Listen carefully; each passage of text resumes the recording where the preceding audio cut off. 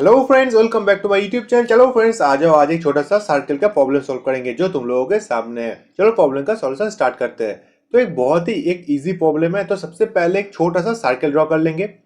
तो ये रहा हमारा सर्कल। और बताया गया है कि सर्कल का सेंटर जो है वो 0,0 पॉइंट है, मतलब कि एक्स और वाई कोऑर्डिनेट का बीच वाला पॉइंट।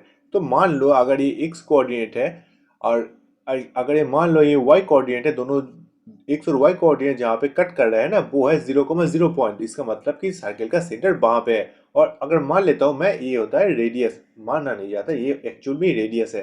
तो मैं यहाँ से डायरेक्टली सर्कल का एक छोटा सा इक्वेशन लिख सकता हूँ। तो मैं क्या लिख सकता हूँ, then the equation of the circle क्या हो सकता है कि देखो गाइस, यहाँ पे जो 0,0 पॉइंट है सेंटर, जिसकी वजह से मैं यहाँ पे डायरेक्टली लिख सकता हूँ X square plus Y square equal to A square. A मतलब होता है रेडियस, जो मैंने अभी बताया। और सवाल में एक और डाटा दिया गया है कि सर्कल जो है ना, उसका एक पॉइंट मान लो बोला कि 3,-4 पॉइंट से जा रहा है। तो अगर मैं मान लेता हूँ 3,-4 पॉइंट से जा रहा है, तो मैं यहाँ से डायरेक्टली रेडियस का वैल्यू, मतलब कि ए का वैल्यू डायरेक्टली कैलकुलेट कर सकता हूँ। चलो कैसे कैलकुलेट करता हूँ मैं बताता हूँ। 3 जो है एक्स का वैल्यू मैं यहाँ पे पुट कर दूंगा, और -4 जो है वाई का वैल्यू मैं यहाँ पे पुट कर दूंगा, तो डायरेक्टली ए का वैल्यू आ जाएगा। चलो, 3 square plus -4 the whole square equal to A square. इससे थोड़ा सा कैलकुलेट करेंगे यहाँ पे।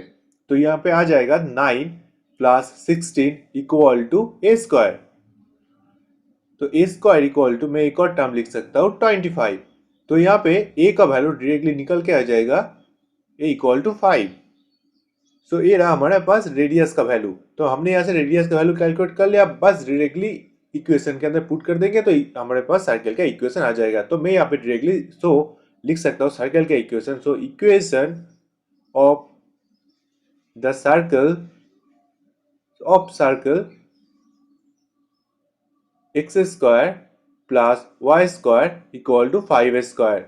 सो फ्रेंड्स, ये रहा मेरे इस प्रॉब्लम का सॉल्यूशन, जो है सर्कल का इक्वेशन मुझे निकालना था, मैंने निकाल दिया। मेरे ख्याल से तुम सबको बहुत समझ में आ गया, क्योंकि बहुत ही आसान से सॉल्यूशन है। अगर अच्छा लगा तो वीडियो को लाइक करना, चैनल को सब्सक्राइब करना मत भूलना। Have a good day.